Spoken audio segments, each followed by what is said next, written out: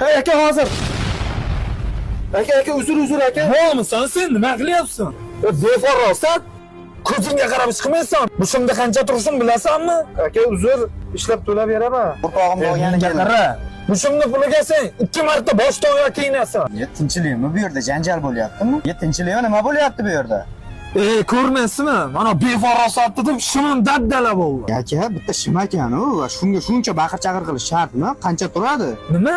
Bitta shim? Ha buni narxi $200 turadi. Bu meni o'rtog'im bo'ladi. $200 bo'lsa men beraman shuni.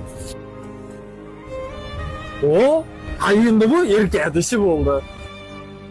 Voy, to'xtagin. Shimingni yechib ket.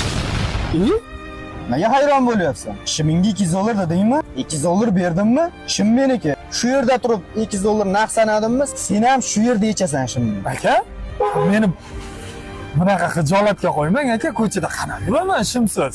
Iye. Senda ham oriyat bormi? Hozir shu yerda oilasini boqish uchun halol mehnat qilayotgan erkakni hammani oldida oyoq osti qilishga uyalmading-ku, yuzinchida edi. Sen shimsiz yurishga ham yuzinchida edi, yechib ket.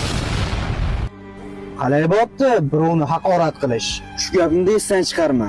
Erkak erkakni kamsitmaydi. Kamsitadigan erkak erkak bo'lmaydi.